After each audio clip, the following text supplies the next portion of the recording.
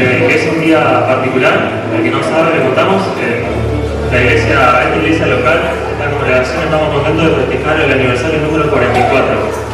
Y si bien no tuve los 44 años, por lo menos estos 6-7 años que pude estar, pude observar la fidelidad de Dios para cada uno de los hijos que estamos congregando en esta iglesia local. Y justo el miércoles en nuestra oración orábamos y dábamos gracias por esa fidelidad de Dios. Dábamos gracias porque la iglesia puede crecer, la iglesia se puede predicar la palabra, podemos aprender de Dios, podemos conocer el Evangelio de Jesucristo y podemos ser salvos gracias a ello. Así que los invito a que juntos en esta reunión nos vamos a alegrar, gozar en el Señor y que no solo sea eso, que obviamente es importantísimo, que es un día especial para nosotros, sino que también pueda ser un día, un nuevo día, igual que todos los días, de poder renovar también nuestra fidelidad con Dios. Porque Dios siempre permanece fiel. Nosotros sabemos que a veces podemos flaquear un poco, pero que hoy también podamos renovar esa fidelidad, que podamos renovar ese amor que tenemos por nuestro Señor Jesucristo. Así que quería compartirles un solo versículo para después ya dar pie a la alabanza, que me gusta mucho, que dice 1 Pedro, capítulo 2, versículo 9. Mas vosotros sois linaje escogido, real sacerdocio, nación santa, pueblo adquirido por Dios, para que anunciéis las virtudes de aquel que os llamó a las tinieblas a su luz admirable. No, qué maravilloso poder saber que como iglesia, que como congregación, Dios nos dice, ustedes son un pueblo escogido, un linaje escogido, somos la familia de Dios, y somos todos hermanos, y gracias a Jesucristo que ocupó nuestro lugar en esa cruz, hoy podemos tener esa relación que el hombre había perdido en el jardín del Edén por el pecado, ¿no? Así que nos vamos a gozar, y ese es un beneficio hermoso. A veces decimos, vamos a la iglesia y sabemos que estamos cansados de la rutina, pero que podamos alegrarnos juntos, decir, somos la familia de Dios, y que juntos podamos alabar a Dios por eso, pero también, como decía, renovar nuestra fidelidad con Dios, nuestro servicio, porque dice, no solo son una nación santa, dice, sino para qué, para que anunciéis las virtudes de aquel que nos llamó de las tinieblas a la luz admirable. Y ese es el Señor, al Dios Todopoderoso, al que queremos alabar en este momento y también el que se quiere predicar la palabra. Así que oramos y damos arranque a esta reunión. Querido Dios, te damos muchas gracias por esta noche. Gracias, Señor, por cada uno de mis hermanos que están acá. Gracias, Señor, porque sabemos que tú pusiste en sus corazones el querer venir, Señor. Gracias porque nos has mantenido todo este tiempo, Señor, estos 44 años, Señor. Gracias porque siempre fuiste fiel a pesar de que a veces fallamos, Señor, y en este momento queremos enfocarnos, poner todo nuestro corazón, toda nuestra mente fijo en la persona de Jesucristo, Señor, porque sabemos que solo Él es el camino, la verdad y la vida, Señor, y te damos gracias por ello. Y, Señor, en este momento te traemos esta alabanza, Señor, para que llegue al trono, Señor, a tu trono, como un perfume, Señor, olor fragante. Y eso queremos, Señor, rendirnos totalmente, no solo cantándote en modo de agradecimiento, Señor, sino también después, Señor, por la palabra, que tú ya prepares los corazones con esta alabanza para que podamos recibir la palabra fielmente, Señor, y que puedas ayudarnos a estar atentos, sin distracciones, Señor, para todo ello. Gracias, Señor, por esta iglesia local, gracias por tu día también, en lo personal, me trajiste a este lugar, Señor, y gracias por cada uno de mis hermanos que tanto amor reflejan, Señor, ese amor que tú tuviste por cada uno de nosotros. Gracias, Señor, por este día, por esta noche. Dejamos todo el resto de esta reunión en tus manos. En el nombre del Señor Jesús oramos. Amén. Amén. Los invitamos a ponerse de pie para alabar al Señor. Cantamos Feliz y glorificado.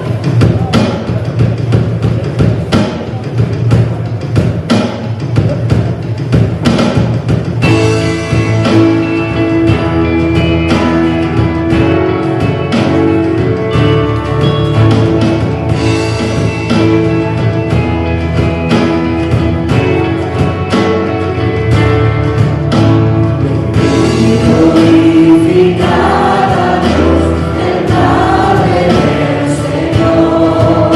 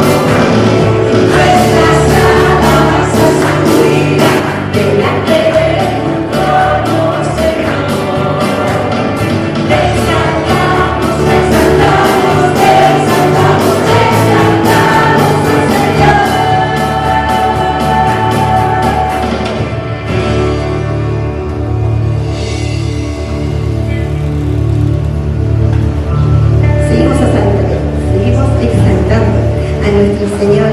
Y como dice en Josué 23:14, reconozcan de todo corazón y con toda el alma que se han cumplido todas las cosas buenas que el Señor les prometió.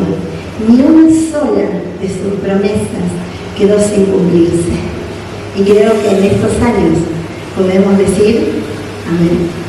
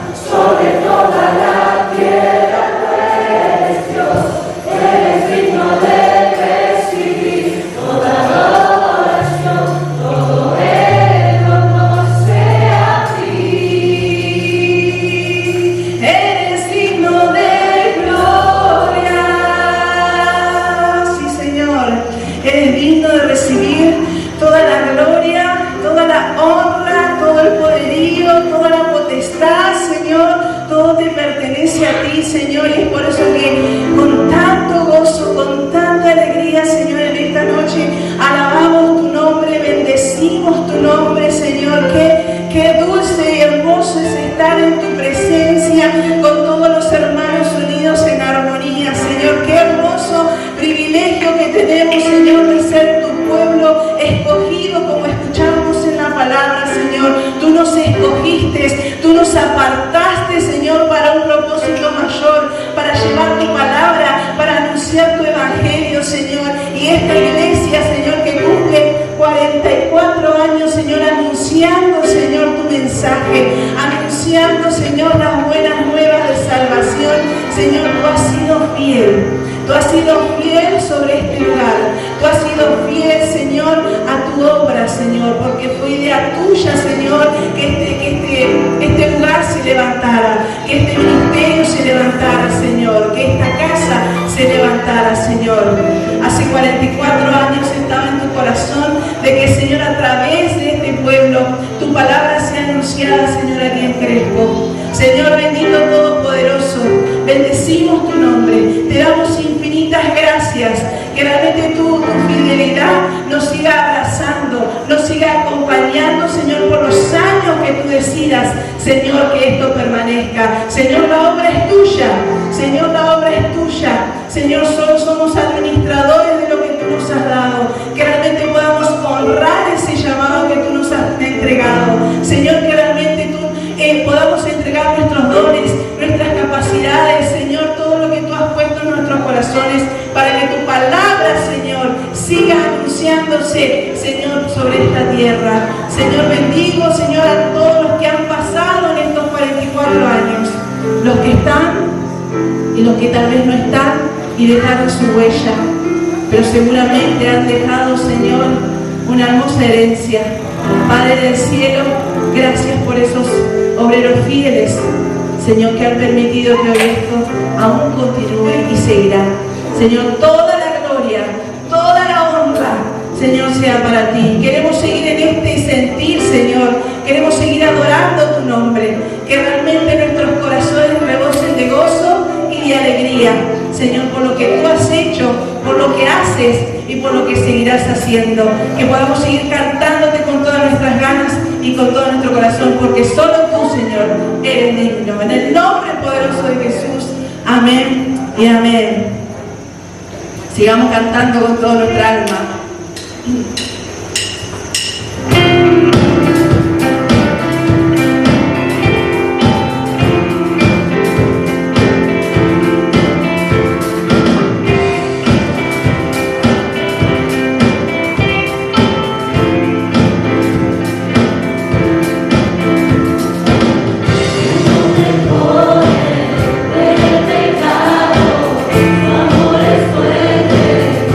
Poderoso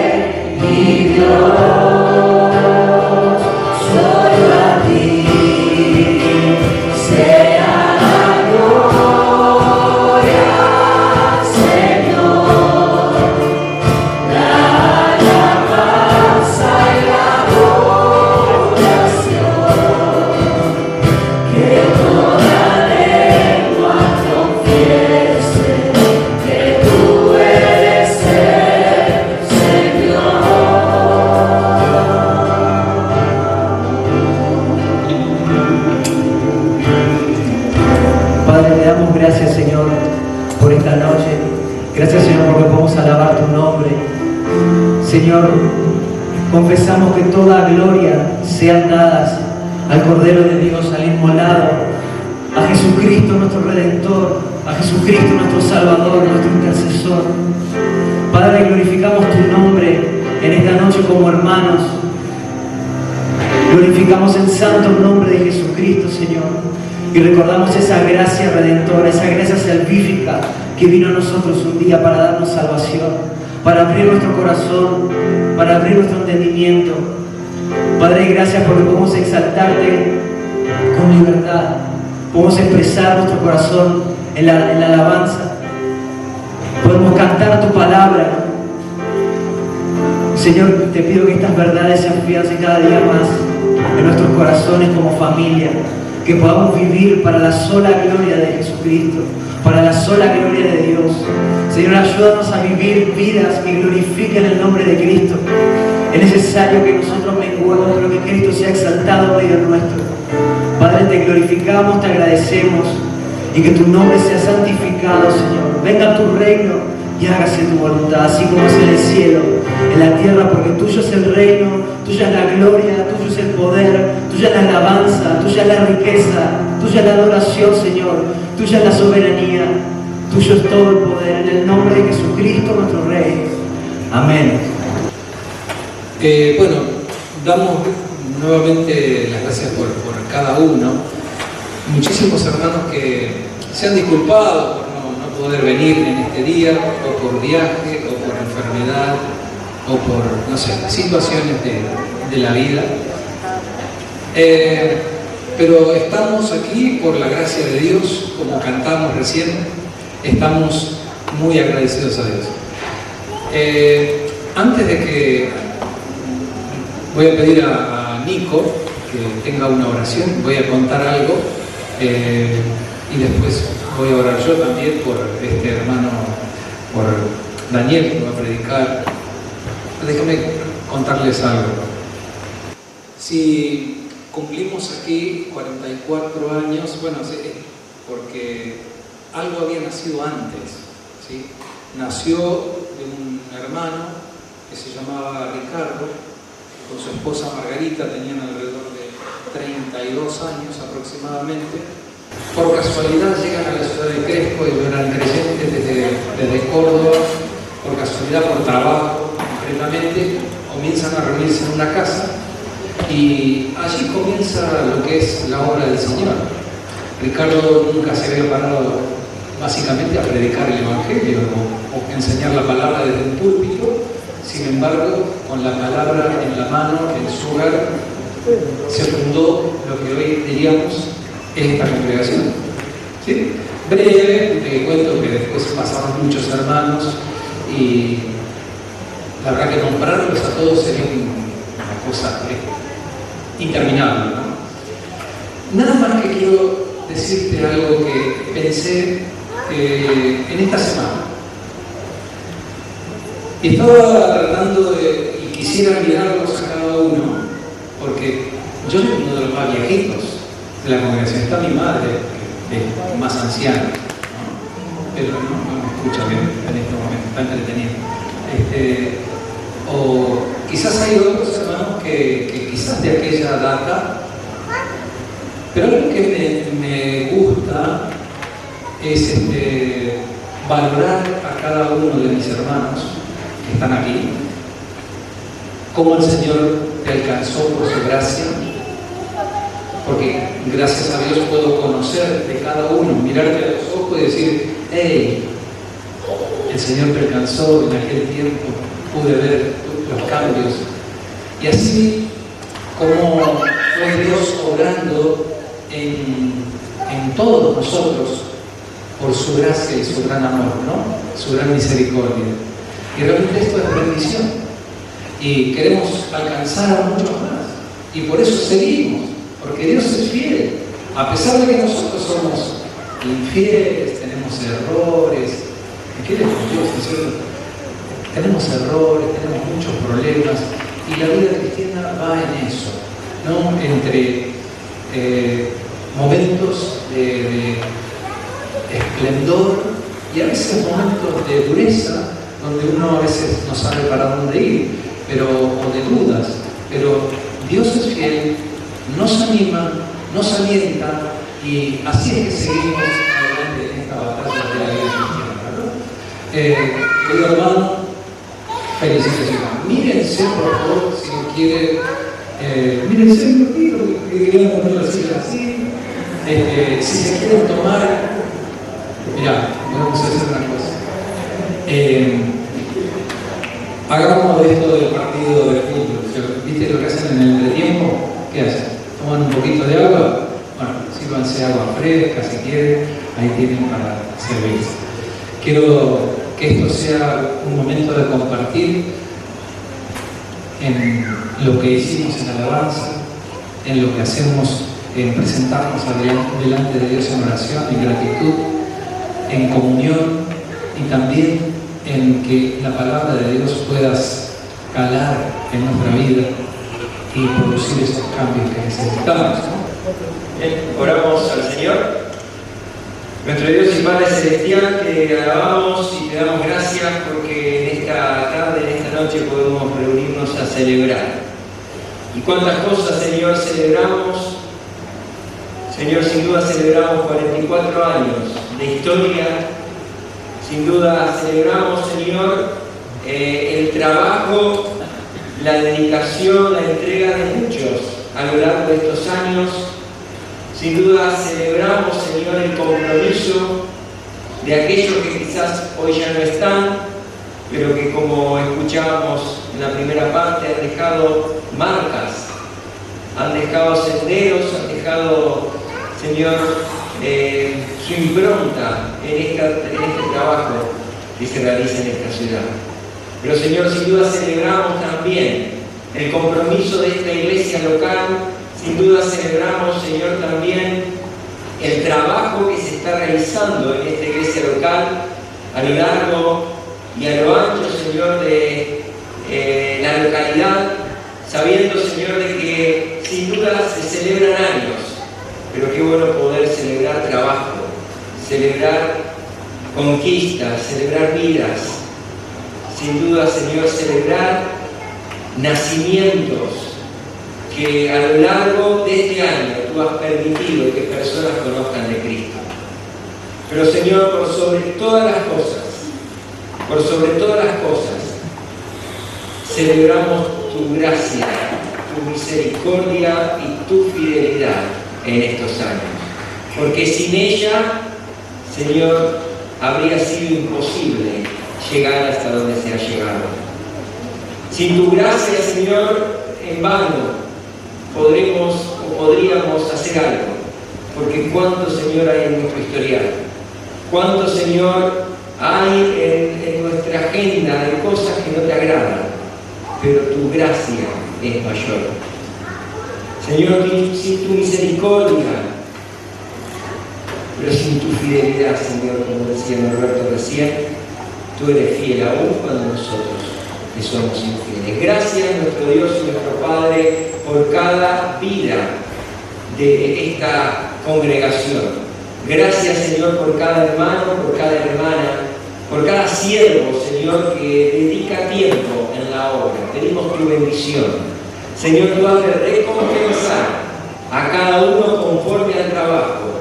Y sabemos, Señor, que tú no eres deudor de nadie.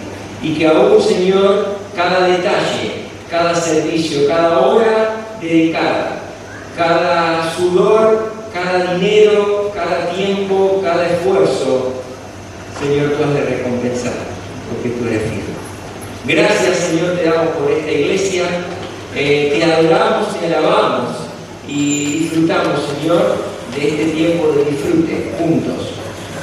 Y oramos en el nombre de Cristo Jesús. Amén. Muy bien, gracias. Voy a hacer pasar a Daniel. Nada más que decirle gracias a Daniel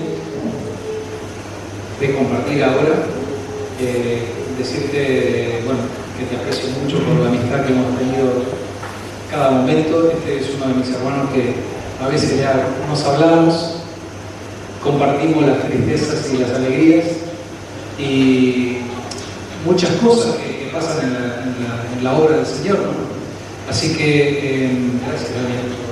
Y realmente quiero dar gracias a Dios porque Daniel ha superado, y por la gracia de Dios, algo que fue tremendo para su vida, y ha impactado a la iglesia, ha movido todo allí, y realmente nos estamos muy agradecidos a Dios. Así que quiero darte gracias y voy a orar por vos ahora, antes de que tomes la palabra. No hables todavía. Habla todo lo que quieras. Querido Señor, te alabamos, te bendecimos, nuestro Dios, por estar una vez más delante de tu presencia. Y ahora,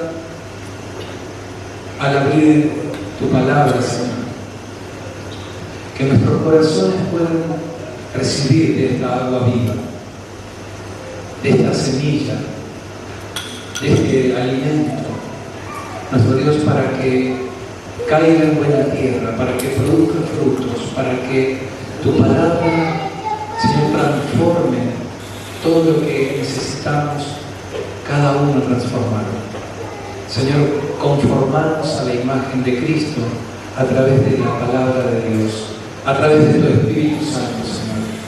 Gracias quiero darte, Señor, por la vida de Daniel, por estar aquí, por compartir el ministerio, por la palabra que va a tomar, por toda la experiencia que él ha tenido de vida, de salud. Y Señor, gracias porque lo has sostenido y lo seguís utilizando para tu gloria. Te alabamos, Señor, ahora en el nombre del Señor Jesús. Amén. Bueno, la verdad que es una alegría muy grande para mí ver las caras de algunos hermanos que hacía tantos años que no veía, ¿no? Pero estamos hablando de muchos años. Y reencontrarnos acá, la verdad que es una alegría muy grande.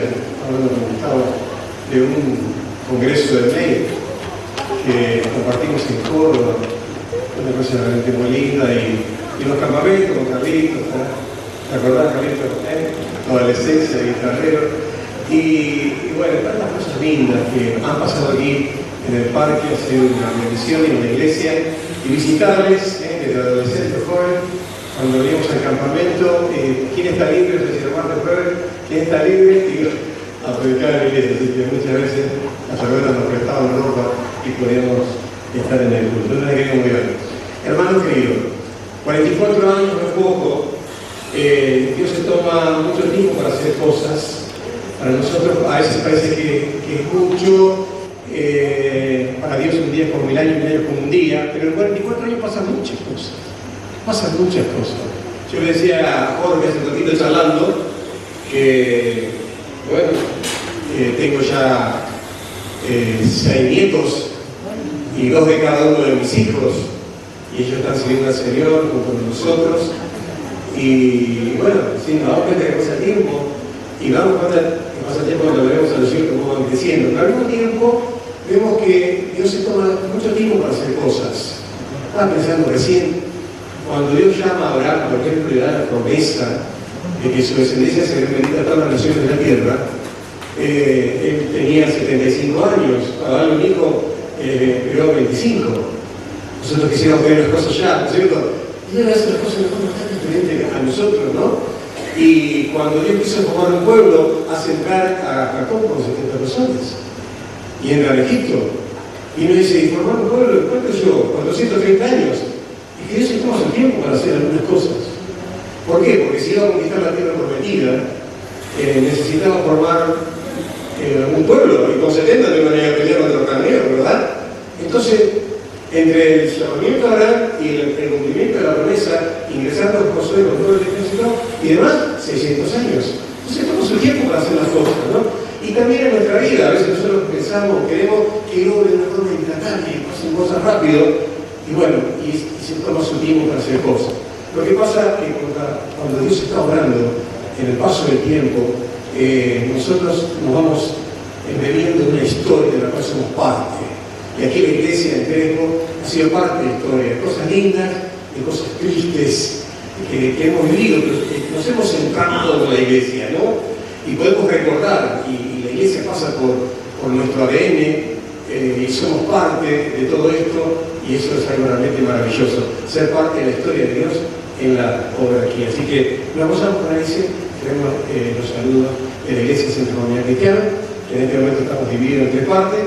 Santa Fe, Recreo y Montevideo, estamos trabajando con simultánea, con 3 equipos de liderazgo y con un trabajo interactivo. Bueno,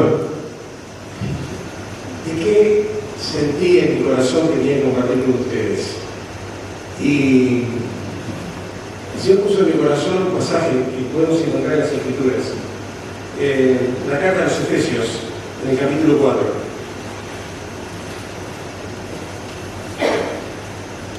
¿Cuántas veces hemos leído esto?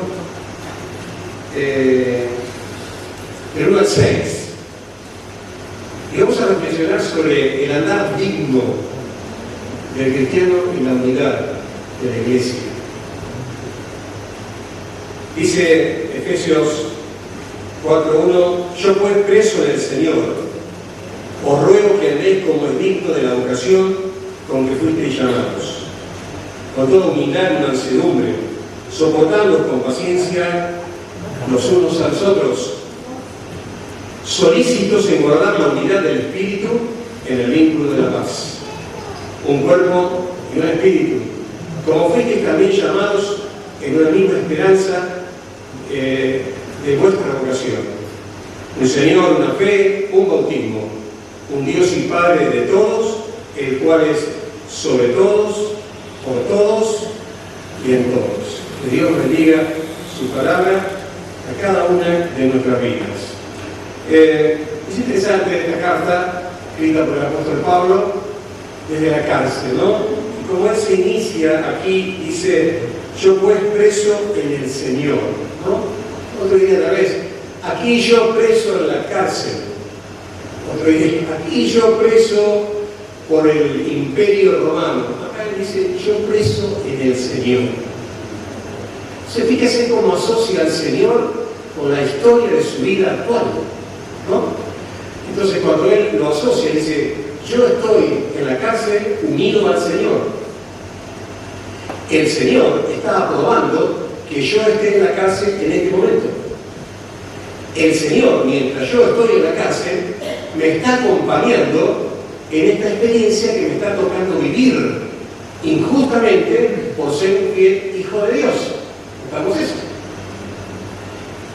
Podríamos nosotros contextualizar diferente un pasaje así. Por ejemplo, nosotros podríamos llegar a decir: yo pues, enfermo en el Señor. Hay que estar preso, pero hay otros que les tocan estar enfermos. Otro podría decir: aquí yo, desempleado en el Señor, ¿no? O en medio de una crisis en el Señor. Y si tenemos que hablar de la iglesia, a veces ha pasado en medio de una división, una experiencia que nos toca. Pero es interesante ver cómo él ve al Señor soberanamente en la situación que le está tocando vivir y no lo desliga. Muchas veces algunos creen de que el sufrimiento no tiene que ser parte de la vida cristiana, y cuando alguien sale del sufrimiento o sale de la enfermedad dice, Dios ha sido fiel. Y uno se preguntaría, ¿y si estás enfermo, Dios sigue siendo fiel? ¿Y si estás desempleado, Dios sigue siendo fiel? ¿Y si se vuelve por venir muy amado, Dios sigue siendo fiel? Claro que sí. ¿Por qué? Porque estas son las experiencias propias de la vida de los cristianos y de los seres humanos. Jesús bien dijo, en el mundo tendréis aflicción, pero confiad, yo he vencido al mundo. Así que una de las cosas maravillosas que podemos descubrir de este pasaje, que cuando Pablo está en la cárcel, no está como alguien que se está quejando por lo que está viviendo, ¿no? Como diciendo, bueno, ¿cuándo el Señor va a manifestar? No, está interpretando que esta vivencia del momento la está viviendo con el Señor, ¿no? Uno podría, por ejemplo, mirar el caso de Job, y uno dice, bueno, Job, mirá, se perdió todos los bienes. Mirá, Job perdió a sus 10 hijos. Qué tremendo. La prueba que está viviendo. Cuando uno llega al capítulo 42, cuando llega al final, él dice que tenía 3 hijas, que eran hermosísimas, y también se identificaban como doncellas, tal vez un mínimo de 16, 17 años. Ahora, si tenemos que pensar en la etapa que él tuvo que vivir hasta ser restaurado, tenemos que pensar más de 15 años. Una experiencia que te acompaña 15 años. Yo no quisiera que a veces las pruebas pasen rápido, ¿cierto? ¿Cuánto tiempo te pusiste a pensar? Bueno, a veces tuvo David siendo perseguido por Saúl. ¿Y cuántas veces tuvo la oportunidad, por lo menos 2 veces enteras, de matarlo, de quitarle la vida? Como diciendo, este problema lo soluciono yo. Pero él no quería solucionarlo él, quería que el problema lo solucione el Señor. ¿Está? Y entonces él esperó que Dios hiciera caer por la primavera del propósito del plan divino la hoja del otoño que tenía que caer del árbol del reino de Judá y de Israel, y Dios instaurara a este hombre como rey, primero de una parte y luego de la totalidad del reino. Es como que el Señor se toma su tiempo, ¿no? Y yo no sé qué experiencia puedes estar pasando en tu vida, pero tenemos que saber que Dios tiene grandísimo interés en trabajar en nuestros corazones. Nosotros queremos salir de las situaciones y Dios dice, no, ese es mi campo de trabajo, es mi mesa de labor, es el ámbito donde yo me manejo y donde trabajo. Bueno, eso, entre paréntesis, lo queremos compartir porque me llamó poderosamente la atención. Ahora, arreglemos el tema, yo espero llegar con esto, no sé si... Bueno, fíjense lo que es el texto. Os ruego que andéis como es digno de la vocación con que fuisteis llamados. Y justamente a veces hay como una especie de desequilibrio en la vida de los cristianos. Porque justamente la palabra digno habla de un equilibrio.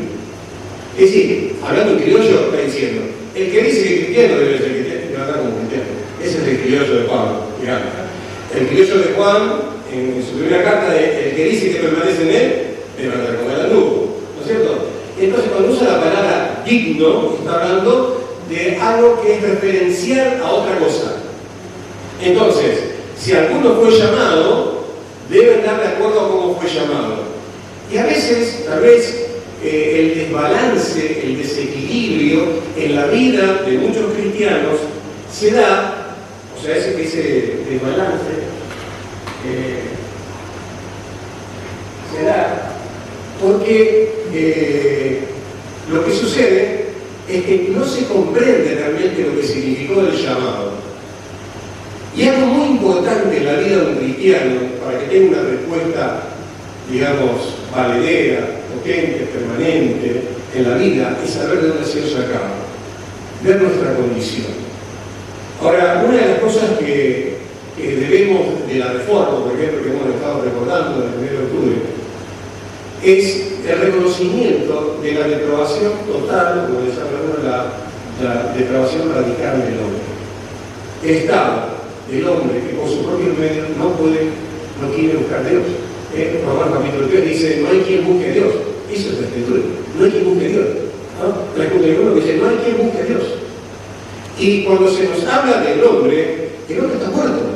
O sea, espiritualmente está muerto. Ha perdido la capacidad de poder responder a Dios. Y por eso Jesús, cuando habla de esto en Juan capítulo 6, dice que si el Padre no nos trae a Él, no podemos ir. Es decir, que una persona, por propia iniciativa, siendo alguien perteneciente al reino de la tiniebla, no puede tener iniciativa de buscar a Dios, si Dios no lo llama. Por eso hay algo que se llama el llamamiento eficaz. Dios es el que viene a llamarnos. Nosotros estamos cualquiera, como beca, descarriado, por cualquier lado. Pero el Señor toma la iniciativa de llamarnos a nosotros, porque nosotros por propia iniciativa no tendríamos la decisión de buscar a Dios, por lo menos de la forma en que Dios quiere ser buscado. Porque mucha gente va a buscar a Dios en medio de una enfermedad, en medio de un problema familiar, en medio de una crisis, busca a Dios. Y después se olvida, ¿sabes? Pero buscar a Dios de la forma en que Dios espera ser buscado, como alguien que reconoce su condición, realmente es otra cosa. Entonces, el llamado de Dios realmente es algo maravilloso, porque es una iniciativa divina, y Dios cuando nos llama, nos atrae hacia Él de tal forma que nos convence y nos presenta la obra de la cruz de tal manera que nosotros caemos rendidos a sus pies. Entonces, cuando reconocemos que la salvación es por gracia, que no hay mérito personal, que no tenemos una iniciativa que agrade a Dios, que Dios no nos llamó porque éramos buenos, sino porque fue un acto de su pura voluntad, porque Él quiso realmente hacerlo. 2 Timoteo 1:9. Quien nos ha salvado y nos ha llamado con un llamamiento santo, no según nuestras obras, sino según el propósito, su propósito, y según la gracia que nos fue dada en Cristo Jesús desde la eternidad. Entonces, no es que Dios nos llamó a nosotros porque vio que íbamos a ser buena gente, ni siquiera porque supo que nos íbamos a convertir. Él nos llamó porque nos amó desde la eternidad pasada. En la eternidad pasada, Dios puede ver los corredores del tiempo, pudo verlo, porque Dios vive fuera del tiempo, Él es el eterno, y puede ver todo lo que sucede a nivel de la historia de la humanidad, donde comienza y donde termina. Y cuando miró la historia, puso los ojos en vos. Y como dice Efesios capítulo 1, dice, por el puro afecto de su voluntad. Es decir, Él nos amó. Y esto no significa que encontró en nosotros algo, qué lindo, mira que esta persona es maravillosa, todo lo que puedo hacer por Él. No, porque el texto dice, no según nuestras obras. Así que no es por lo que podríamos llegar a ser, sino porque nos amó. Entonces, si Dios me amó cuando no podría haberme amado y decidió llamarme para que sea su hijo, yo tengo que comprender eso y digo, bueno, en base a lo que significa que Dios me llame y lo que involucró llevar adelante el plan de la salvación, mi vida tiene que estar en equilibrio con esa realidad y con esa verdad. En Romanos capítulo 8, verso número 29 y 30, dice que a los que antes conoció, a esto los predestinó. Y habla del conocimiento anticipado de Dios, ¿no? Nos conoció a nosotros y nos predestinó. Habla de definir un destino. Vas a ir al cielo, en el corazón de Dios. Y a los que predestinó, a estos también llamó. Y a los que llamó, los justificó, los declaró justos, el acto judicial de Dios, los declara justos a través de la obra de Cristo.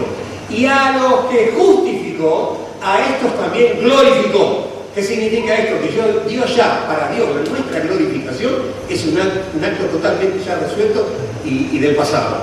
Es algo que ya es algo que va a suceder o va a suceder. Por eso nosotros podemos tener la alta seguridad que la salvación no se pierde. ¿Por qué? Porque el que te llamó, te justificó, esto significa que te imputó la santidad de Cristo, y entonces también dice, y también firmo, que lo voy a glorificar. No está escrito. La escritura es así. Entonces, ¿cuál es el razonamiento que tiene aquí Pablo?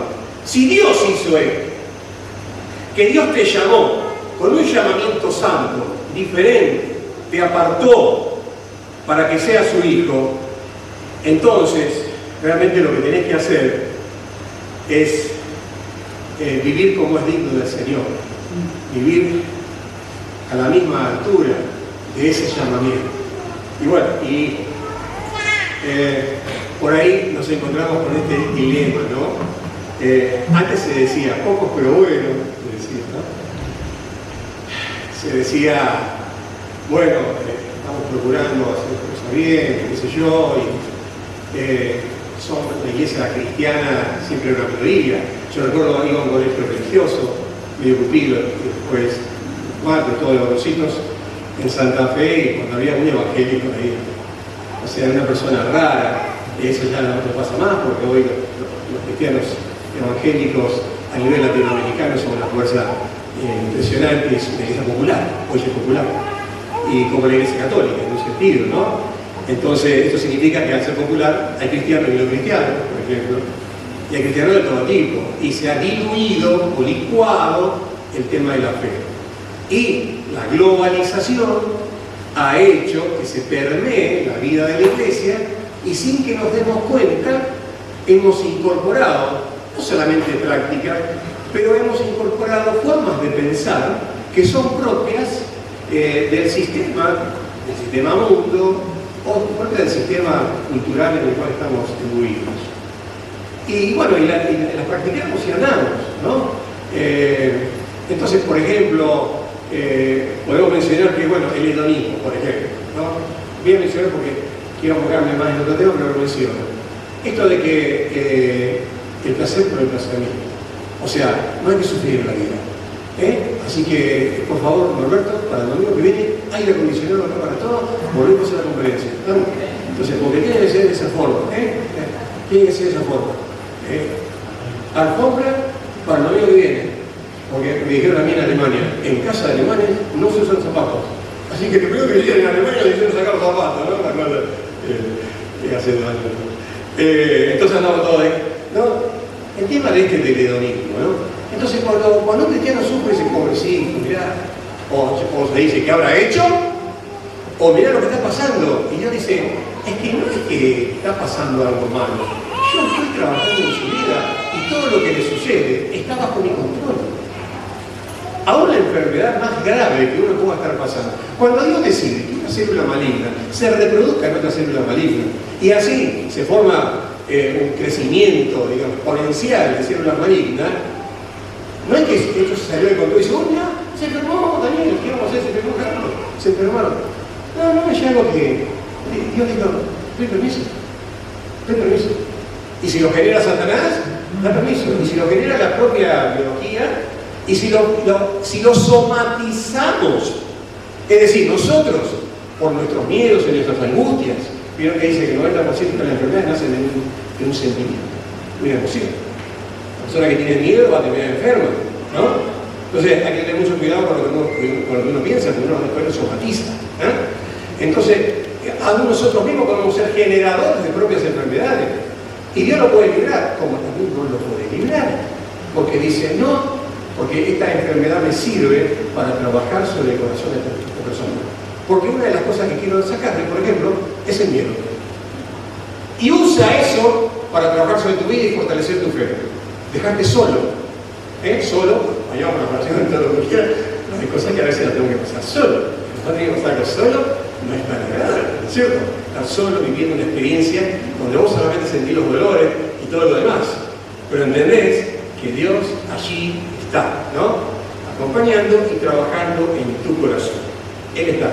Entonces, esto de que a veces se metió en la fila de la iglesia, como diciendo, no hay que sufrir, ¿no? Entonces, recuerdo el pastor le decía a un muchacho de nuestra iglesia, que venía de esa iglesia, pero pastor con otra teología, y lo vio comprando ropa en el centro de Santa Fe y le dice, es como hijo del rey, la mejor ropa, ¿verdad? O sea, ¿y por qué? Si yo no tengo la mejor ropa, ¿cuántos de nosotros en Santa Fe nos beneficiamos por que otro nos compartió? Ustedes también. ¿Cuántas ropas pasan de los hijos a los hijos? ¿Verdad? ¿Cuánto ha pasado? ¿Y cuál es el problema? Si lo vemos por nosotros, bárbaro. ¿Y por qué? ¿Cuál es el problema? Pero no, hay que estar un para arriba. Entonces, hay que tener mucho cuidado que eso no se meta, ¿no? Eso no se meta, no se tiene que meter. Ni tampoco a veces en la vida de la familia, ¿no? El aluminianismo La anomia es ausencia, no viene de ley. O sea, la persona que no tiene sin ley. O sea, yo hago comida porque yo quiero. Entonces, tenemos que hacer tal cosa en la iglesia. Bueno, que te vaya bien, hermano. Yo tengo mi propia ley. Yo hago lo que yo quiero cuando yo quiero, no tengo tiempo. La persona que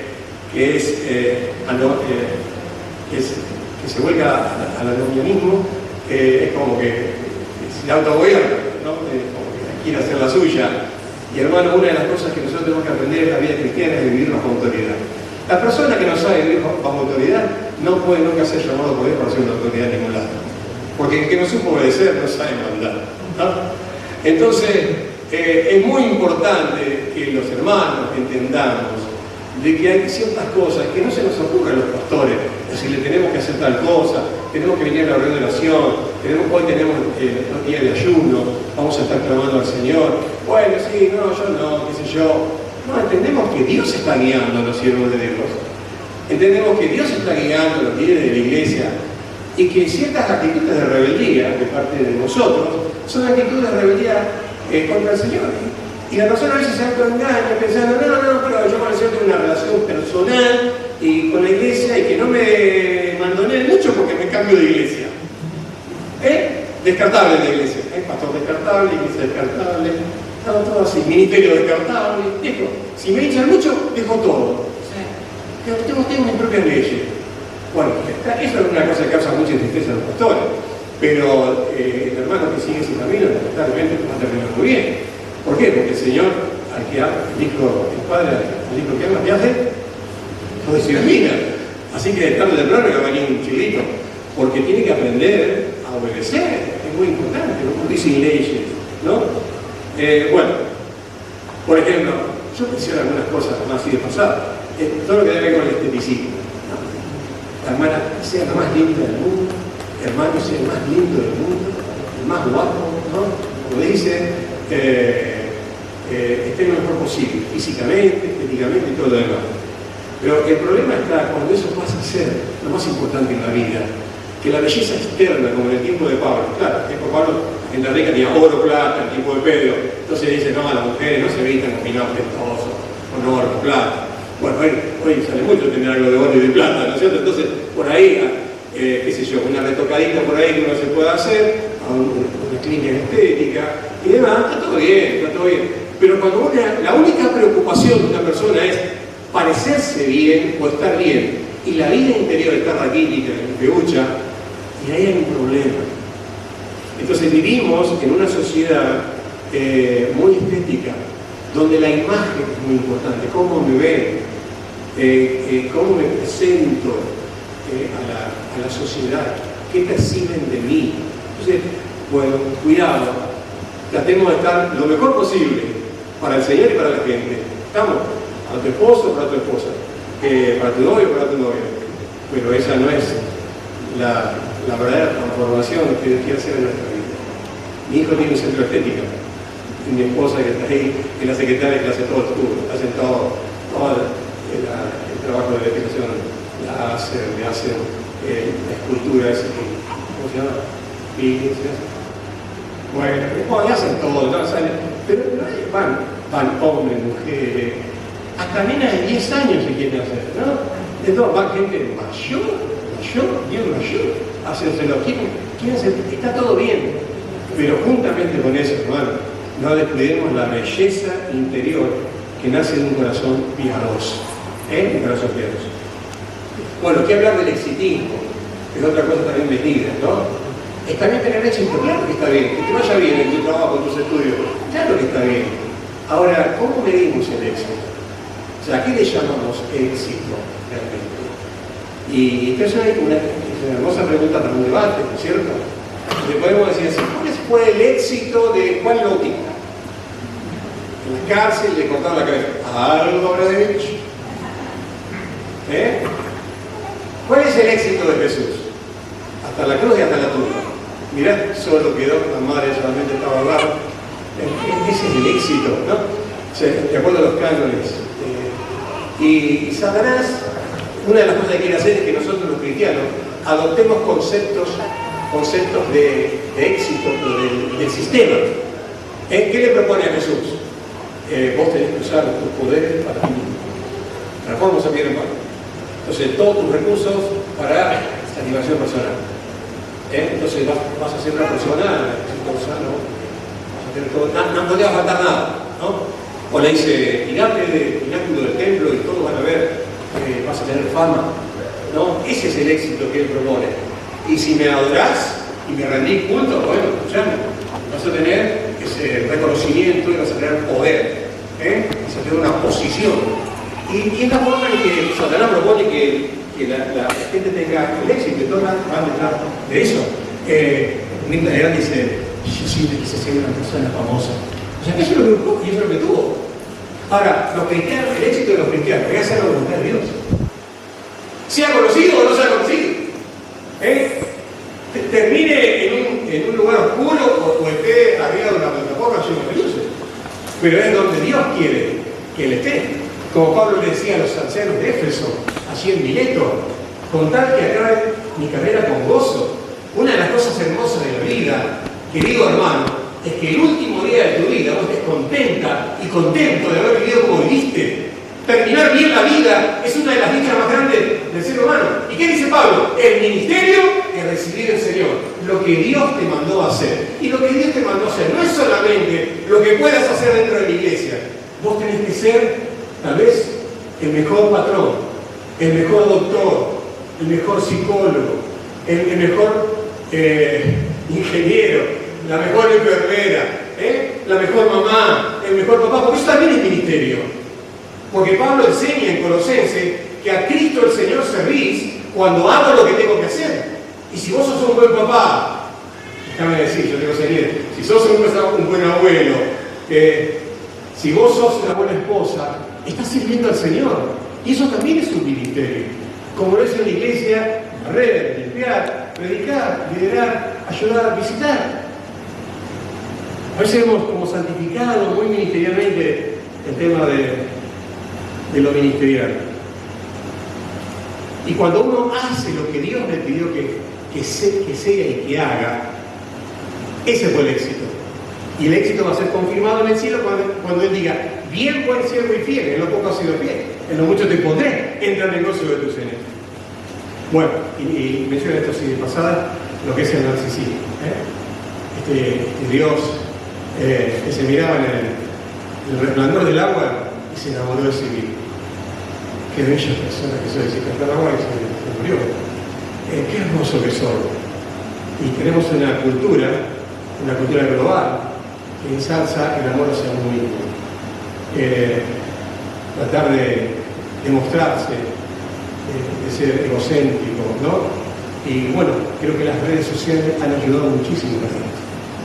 Una foto así, una selfie, así, una foto con la mejor cara, el mejor perfil de la iglesia, que tiene una cara así, y abajo un texto, Salmo 121. El Señor es mi socorro, ¿no? Juan 4:8, Dios es amor. Bueno, ¿vos qué querés publicar? ¿El texto bíblico o querés que te vean la hermosa cara que vos tenés? ¿No es una especie de espíritu narcisista eso? Que te vean. Y que te vean todos los días y todas las semanas. ¿No se cansa la gente, no? Una vez por mes, está bien. También la foto de año, qué sé yo. Yo hago eso para que vean que vivimos. Pero a mi esposa le escribí algo lindo, así, mi amor, te quiero, no puedes saberlo. Pero si tengo que decirle algo a mi esposa, si lo tengo que decir yo a ella, ¿no? Para que sepa todo el mundo. Si no puede, que si estoy con ella la amo, ¿no es cierto? Pero todo el mundo quiere saber que yo la amo, ¿no? Como que me a su esposa. Bueno, soy de uno, a veces, pero no vas a estar publicando cada cosa que haces, ¿no? Entonces, habría que evaluar si esto no tiene que ver con toda esta corriente narcisista, de como el amor hacia mí mismo, ¿no? De que me vean que yo me amo y los demás me tienen que amar, porque mírense bien lo que son. Entonces, hermano, Filipenses 1:27 también, Pablo dice que debemos andar como es digno del Señor. ¿Y ustedes se acuerdan de Lucas capítulo 15, el hijo pródigo, cuando él decía, reflexionando, me levantaré y diré a mi padre, diré, Padre, pecado contra el cielo y contra ti, ya no soy digno de ser llamado tu hijo, y la misma palabra. O sea, no estoy a la altura del hijo que tengo que ser por el padre que tengo. Entonces, ¿cuál es el gran desafío que tenemos los cristianos del siglo XXI, de vivir a la altura de la fe y del llamado que hemos recibido de parte del Señor. Realmente. ¿Por qué? Porque el gran problema que nosotros tenemos es que se vienen hacia nosotros corrientes que se meten dentro de la vida de la iglesia y no nos damos cuenta, y es humanismo puro, ideas que están pululando por allí, que se meten en la vida de la iglesia, ¿no? No quiero decir alguna otra cosa, por temor a meterme en terrenos más específicos, pero ¿cuán importante es esto de vivir de acuerdo a la altura del llamado? Otra cosa, vamos a adelantar un poquito el tema de la unidad. Yo quiero dar algunas cosas de la unidad que puede aplicarse a la unidad de la familia y a la unidad de la iglesia. Y si la iglesia tiene 44 años, ha tenido bastantes crisis, ¿verdad? Lo digo por experiencia, es así. Ahora, fíjense, es interesante que Pablo, cuando está hablando, por ejemplo, a los Efesios, seguimos en el mismo libro, que marca una división, divide a la humanidad en dos partes, los no judíos, los israelitas, y los israelitas o los judíos. Hay dos marcadas divisiones, ¿no? El paganismo, los gentiles, y el pueblo escogido de Dios. ¿Y qué dice? Que hay una pared intermedia de separación. Es decir, nosotros somos los gentiles, los paganos, los que no pertenecemos al pueblo de Dios, estábamos separados totalmente del pueblo de Israel, ajenos a los pactos de la promesa. O sea, toda la promesa que Dios le dijo a Abraham, el pacto, ¿cuál pacto? El pacto abrámico. Entonces empieza a remeter toda la ciudad de la tierra. ¿Qué pacto? El pacto davídico, el de tu descendencia, establecerte un trono eterno, hablando del Mesías. El pacto mosaico, que debían obedecer la ley como una condición para poder agradar al Señor. El nuevo pacto, bueno, nosotros no teníamos participación en el tema de los pactos. Ahora, vamos a ver cómo lo dice Pablo, en Efesios capítulo 2, verso 11 al 19. Yo lo voy a leer en la versión de la Biblia latinoamericana. Dice: recordad pues que en otro tiempo vosotros los gentiles, en la carne, llamados incircuncisión por la tal llamada circuncisión, hecha con mano en la carne, recordad que en ese tiempo estabais separados de Cristo, esa era nuestra condición, excluidos de la ciudadanía de Israel, extraños a los pactos de la promesa, sin esperanza y sin Dios en el mundo.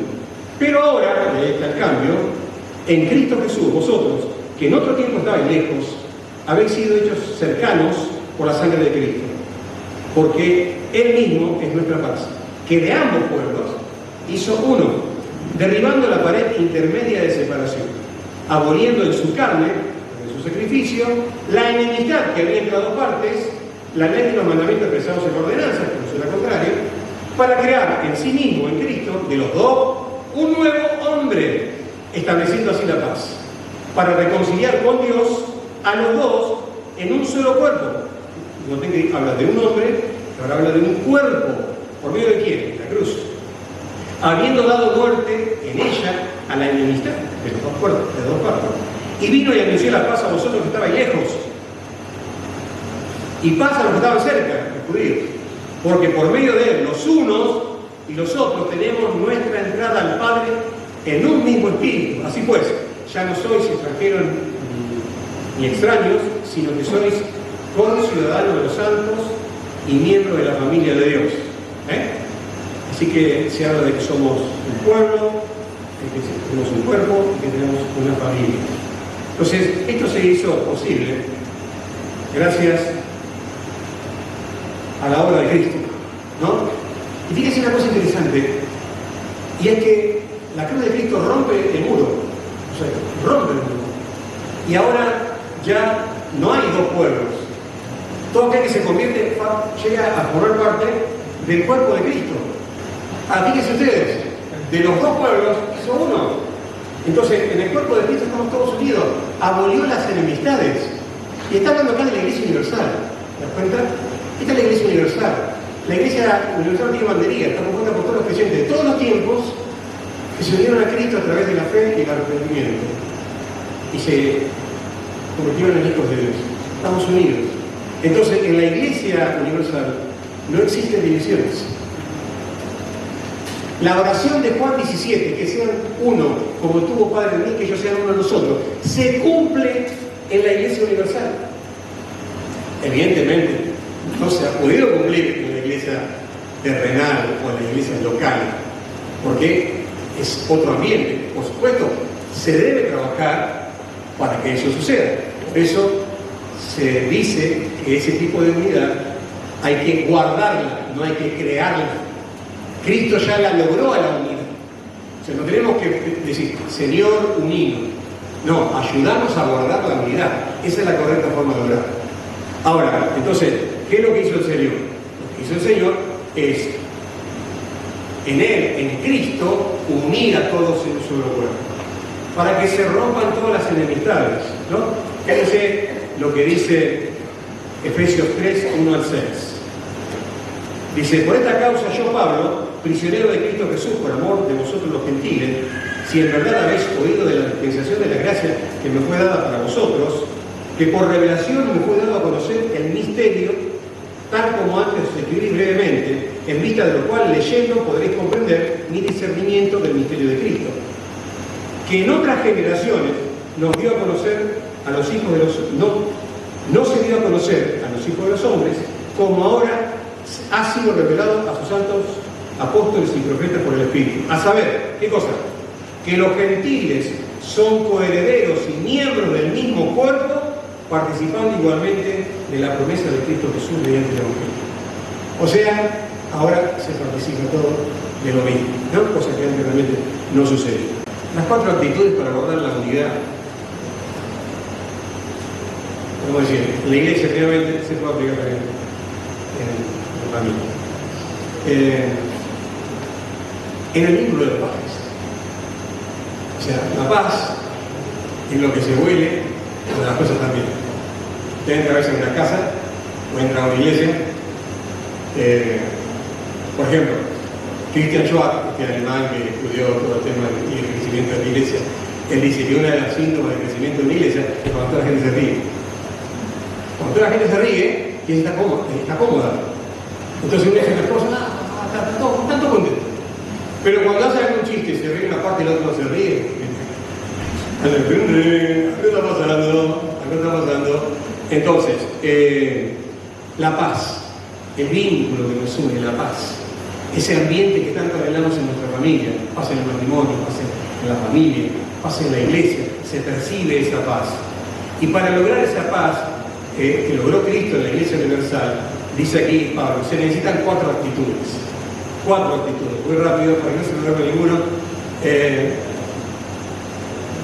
La primera es la humildad. Una de las formas de saber significar una palabra es buscar el antónimo. Y eso es un buen recurso para estudiar la Biblia. Entonces, cuando hablamos de una persona humilde, lo opuesto es soberbio y egocéntrico, ¿no? Justamente la palabra humilde significa sentimiento de pequeñez. No es porque él es el más pequeño de todos, debe sentirse el miserable y felpudo de todo el mundo, sino que él se percibe como aquel que es pequeño. Pablo decía, yo soy el más grande de los pecadores o el primero de los pecadores. Entonces cuando reconoce su condición, no tiene que vanagloriarse.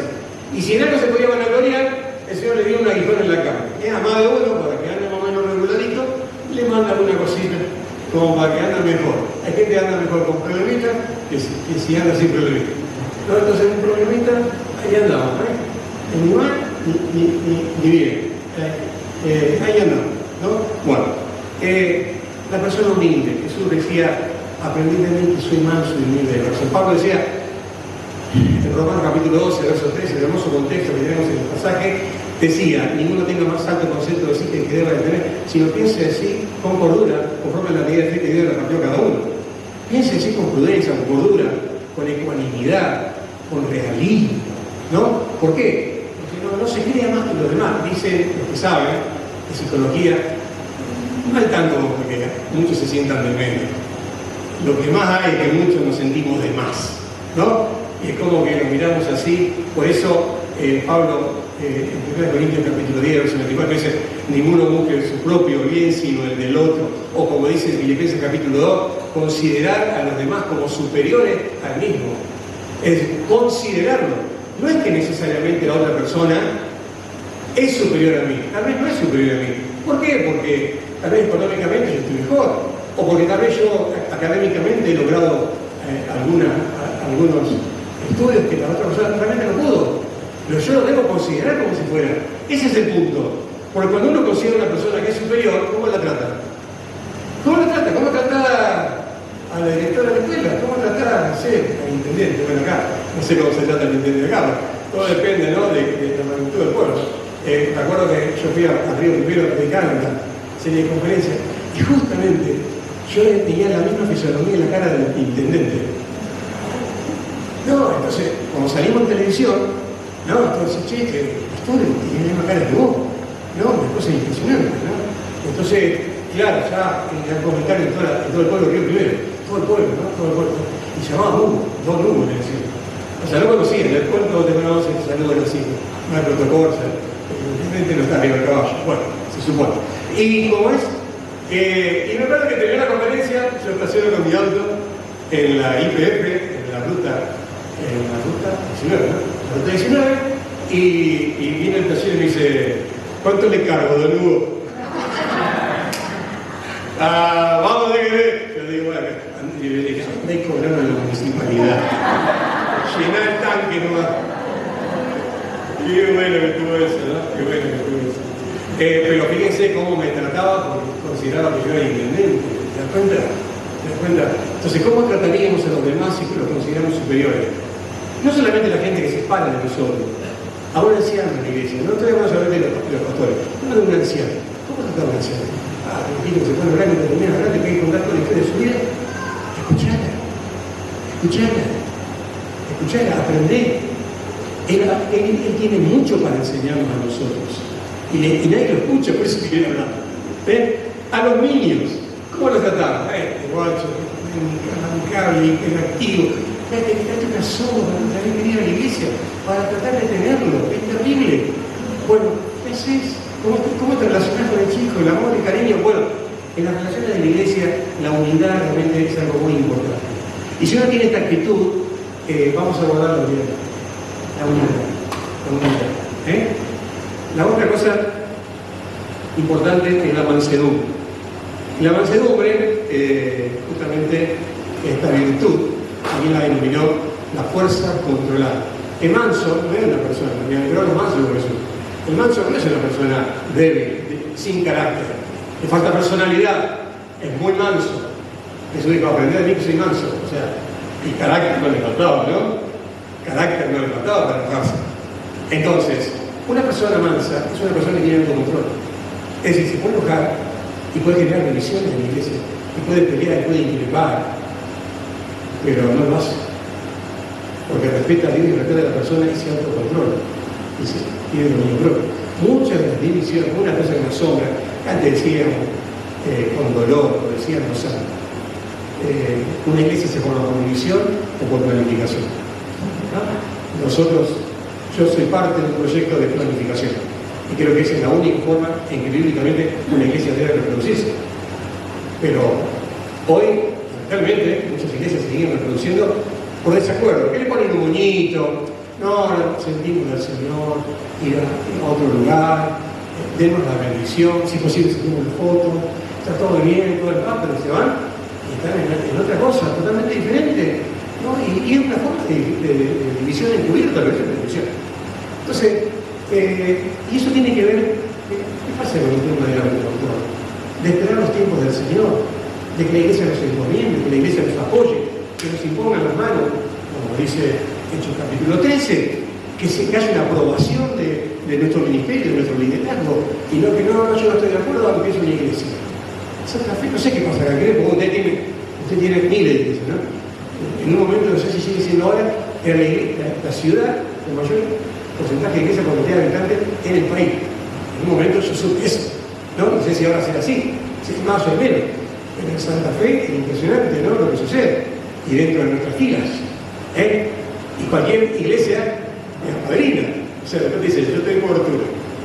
Entonces, el Pico Catalán, me fui de vos, me voy con otro, y el otro me dice, vení por acá, yo no tengo cobertura. Entonces la iglesia asociada con la otra, ya te estoy corriendo. Hermano, todos se podrían haber hablado charlando, conversando, ¿me entienden? En paz. ¿No? Entonces la mansedumbre, el autocontrol, ¿cuántas veces te da ganas de decir algo, pero no tenés que decir? Y menos de noche. Estás cansado, vas a ofender a alguien. Vamos a hablar de un tema, vamos a hablar de los suegros a la noche, 12 de la noche, con un día de la 1, con tu esposa. ¿Qué puede salir de eso? ¿Qué puede salir? Vos durmiendo en el living, ¿qué puede salir de eso? No es el momento. Entonces, ¿qué dice el autodominio? El autocontrol. Dice, no, me callo la boca. Me callo la boca. Lo que están ofendiendo con las manos, están provocando, no respondés. ¿Cómo lo puedes hacer? ¿Por qué? Porque justamente la mansedumbre es una actitud, es una conducta importante para guardar la humildad. Pablo lo dice. La humildad, dice también la mansedumbre, el verso 2. La tercera, la paciencia. Fíjense que la paciencia es un fruto del Espíritu. Es decir, el Espíritu se tiene que manifestar en nosotros. Una de las manifestaciones de las 9 es paciencia. ¿Qué significa? La luz de ánimo. Una persona que tiene mecha larga. Creo que hay gente que tiene mecha corta. Enseguida. No, hay que tiene mecha larga. Tarda en explotar. Entonces tiene largura de ánimo. Y la paciencia sirve para muchas cosas.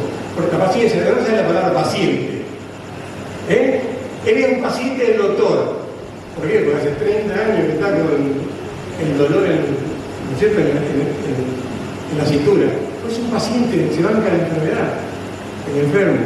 Bueno, una persona paciente tiene largura de ánimo, ¿no? Es un fruto del Espíritu. Por eso dice Santiago, tengamos sumo gozo cuando se hallen diversas pruebas, porque la prueba de nuestra fe produce paciencia. La prueba produce paciencia. Así que si nosotros realmente necesitamos ser pacientes, al Señor no le queda otra cosa que tamizarnos, meternos en situaciones de prueba, porque se va templando el corazón. Yo recuerdo cuando estudié en la escuela técnica y pasábamos por el taller y hacíamos el martillo de pena. ¿No? De pena, una pena de martillo. Así se llamaba el martillo de pena. Que nos hacían endurecerlo, ¿no? Con todo un procedimiento, ahí en el taller, en la fragua, qué sé yo, y lo templábamos. ¿Para qué? Para que no suceda de que clavo me queda clavo dentro del martillo, ¿no es cierto? Cuando tenía que endurecerse. Bueno, hermanos, necesitamos la paciencia de nuestra vida. Ser paciente y esperar. Esperar. Así como, hermanos, como hay gente en la iglesia que te esperó a vos tantos años para que cambiara. Ahora uno hace una macana y dice, ¿por qué no lo disciplina ya el hermano tal? ¿Qué hizo tal cosa? Me acuerdo haber estado en una iglesia en Honduras. Se daban en una iglesia, se llaman salas cristianas. Las iglesias, ¿no? Salas evangélicas.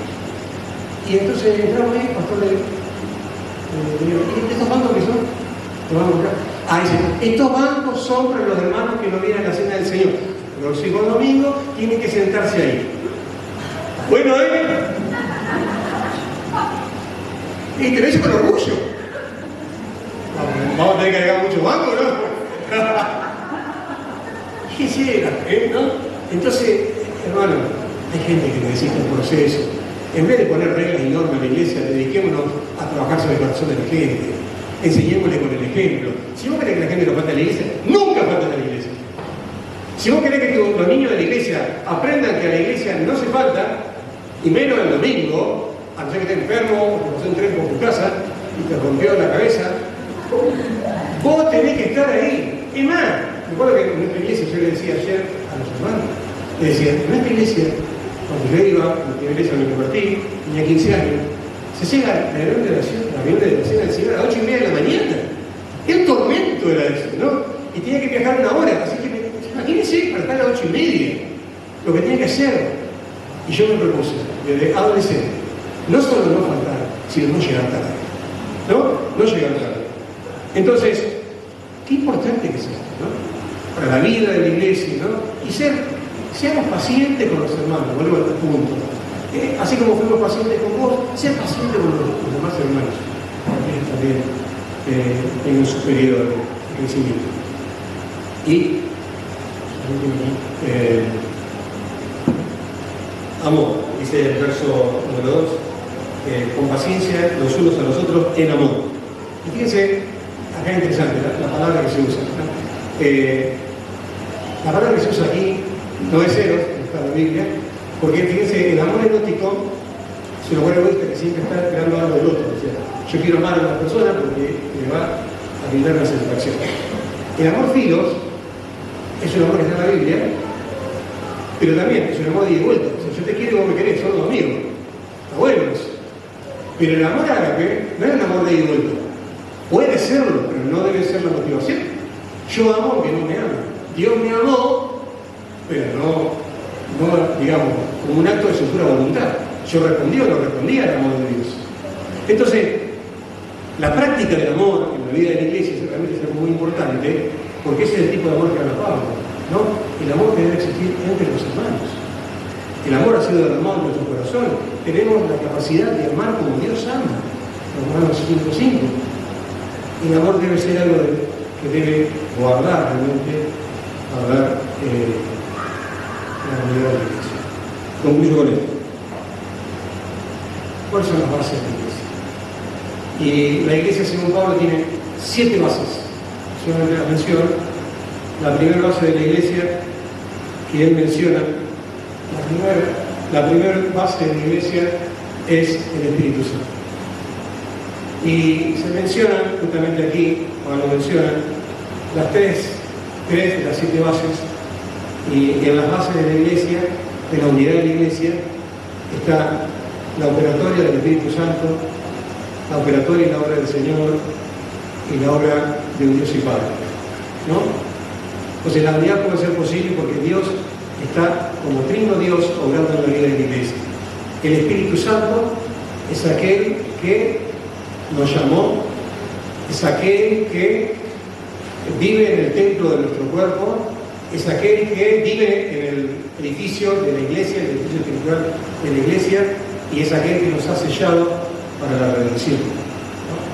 El Espíritu Santo vive en medio de la iglesia.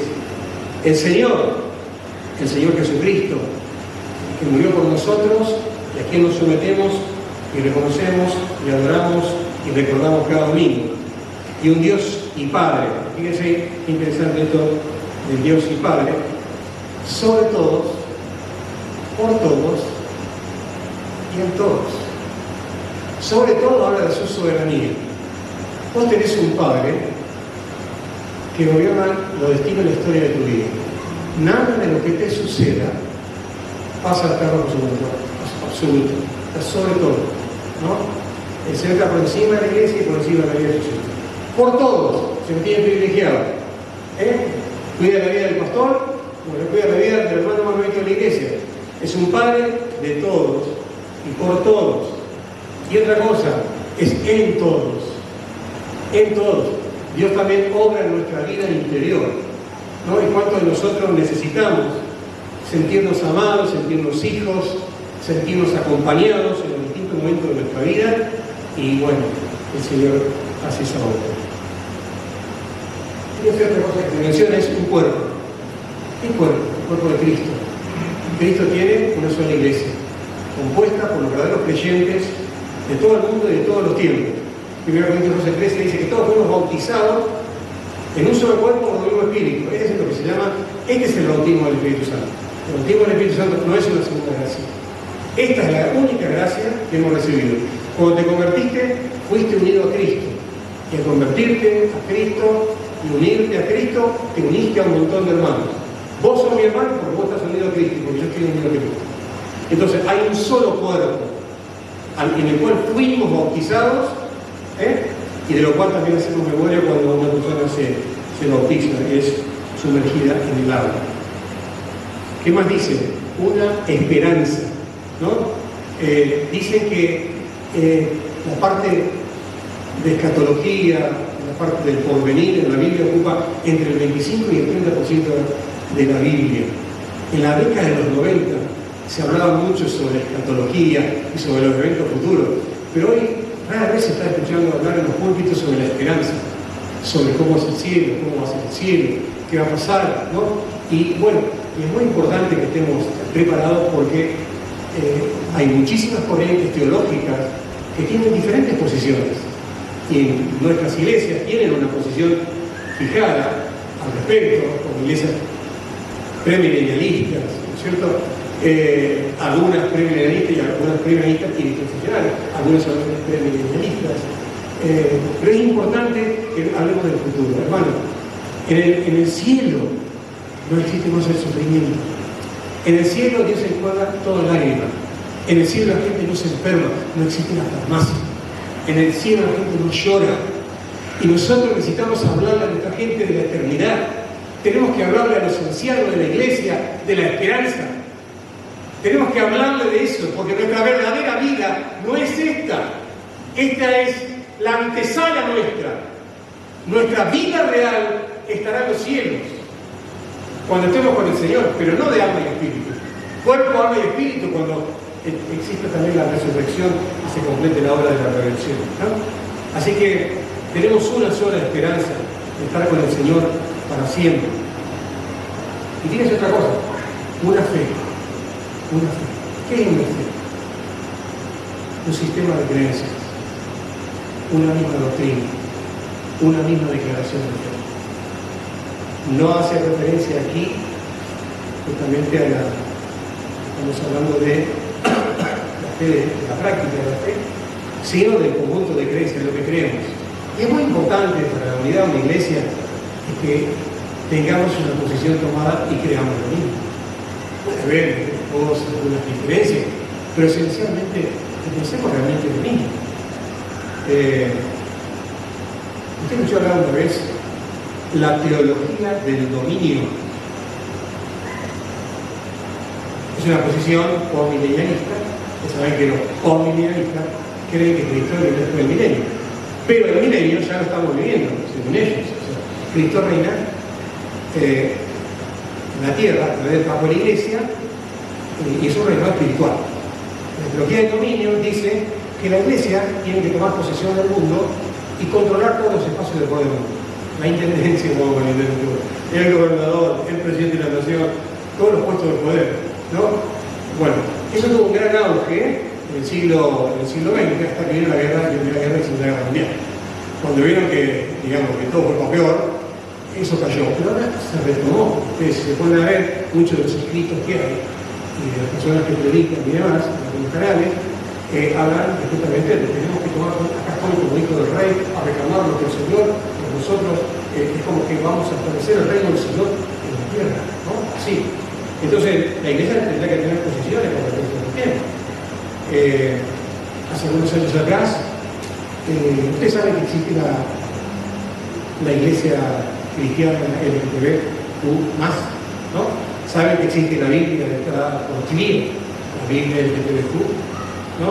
Y saben que tiene una apología hecha de la admisión, la inclusión de todos los tipos de tendencias que puede haber, avaladas por la misma Biblia, ¿no? Ya se decía un montón de cosas.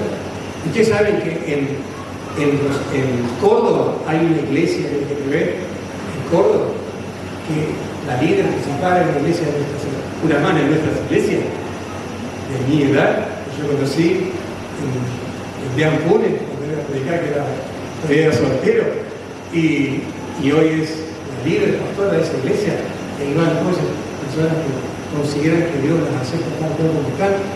Bueno, entre los objetivos del nuevo orden mundial, uno de los objetivos es tomar control de las iglesias, tomar control de la familia, tomar control de los medios de comunicación, tomar control de las escuelas y tomar control del poder político. El quinto que quieren lograr es tomar control de las iglesias, donde se infiltra a través de la degradación de la fe, y entonces tenemos que tenemos pastores o pastoras que tienen inclinaciones, no quiero generar nada ni nada, pero que no van de acuerdo a nuestras bases y a nuestras creencias que queremos fundarse en el futuro. Entonces, es tan importante que tengamos una fe, nuestro sistema de creencias. Que veamos que hay límite para todas las cosas y que respetamos a los que quieran vivir como quieren vivir, pero en la iglesia enseñamos tal lugar y cual cosa. Y lo último, termino con esto, un bautismo. ¿Cuál bautismo? Bautismo en agua. ¿Por qué? Lo del cuerpo, bautizamos en un cuerpo, ya se dijo, es el bautismo del Espíritu. Este bautismo como testimonio de la fe en el Señor. Bueno, hermanos, ¿qué tal en esta noche si oramos al Señor para que nos ayude a guardar la unidad del Espíritu en el vínculo de la paz? Tal vez necesitas que oremos por tu familia, por tu papá, por tu mamá, porque necesitas conocer al Señor, o porque hay ciertos problemas que no se han resuelto a nivel familiar, en la microfamilia o en la macrofamilia. Tal vez cambios de actitud. En la vida de la iglesia, cambiar de actitud, que pueda estar la mansedumbre, que pueda estar el amor, que pueda estar la tolerancia, la paciencia, que pueda estar el amor en la práctica de la vida cristiana, y que podamos andar a la altura de la dignidad con la cual el Señor realmente nos ha llamado. Este sería un momento hermoso para que podamos orar para que Dios guarde la iglesia y para que guarde la unidad de la iglesia, nos ayude a tomar nosotros las actitudes correctas para que esto sea así. ¿Me permiten orar? ¿Sí? Vamos a orar al Señor. Si hay algún hermano que necesita oración en este momento, por su familia o por su vida, qué hermoso momento para donde está, ponerse de pie. Vamos a orar por tu vida, para que Dios te bendiga, para que Dios te ayude a vivir a la altura de la dignidad de Cristo, para que la paz pueda ser una realidad en tu familia y para que te ayude a tener las actitudes correctas de humildad, mansedumbre, paciencia y amor, que nos ayude a todos. Señor, en esta noche te damos gracias por tu palabra, porque ella es viva y eficaz. Y tú conoces el corazón nuestro, el corazón de la iglesia y aquellas cosas que necesitamos. ¿Cuántas cosas feas han pasado que nos han traído tanta tristeza y también han traído tristeza en tu corazón? Que no hemos guardado la unidad, el espíritu del vínculo de la paz. Señor, quisiéramos rogarte que pueda ser así. Bendice hoy a cada familia aquí representada, para que también la paz exista en las familias. Y que bendigas a los papás, a los esposos, que bendigas a los hijos, y que la iglesia pueda seguir levantándose como un testimonio poderoso en medio de la comunidad. Bendice nuestros corazones y bendice a la iglesia en el nombre del Señor Jesús.